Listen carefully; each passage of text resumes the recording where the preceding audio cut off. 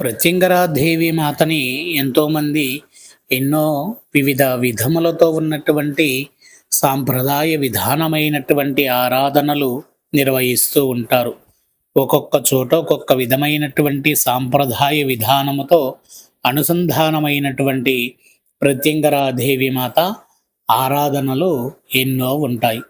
అదే విధముగా మన యొక్క ప్రత్యంగరాదేవి మాత ఆరాధన విధానములో కృత్య తంత్ర విధానముతో అనుసంధానమైన ప్రత్యంగరాదేవి ఆరాధనలు.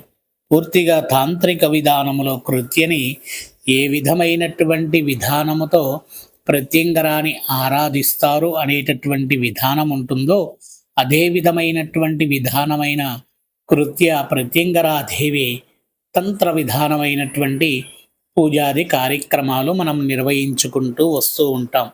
64 కృత్యలు, ఒక్కొక్క కృత్యకు 19 విధములైనటువంటి పూజా విధానముతో అనుసంధానమైన ప్రత్యంగర ఆరాధనలు.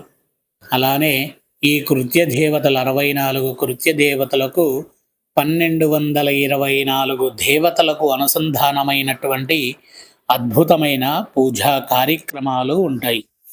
అటువంటి విధానంలోనే రాబోయేటటువంటి కాలభైరవ జయంతి ఉత్సవాలని కృత్య కాలభైరవ విధానముతో ప్రత్యంగరాదేవి మాతకు అనుసంధానము చేసి మనము కార్తీక పౌర్ణమి నుండి మళ్ళా నవమి తిథి వరకు కూడా విశేషముగా కార్యక్రమాల్ని అంగరంగ వైభవవేతముగా నిర్వహించబోతున్నాము.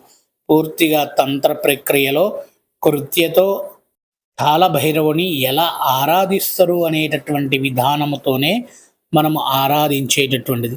కావున అందరూ భాగస్వాములు అవ్వాలని తెలియచేస్తారు.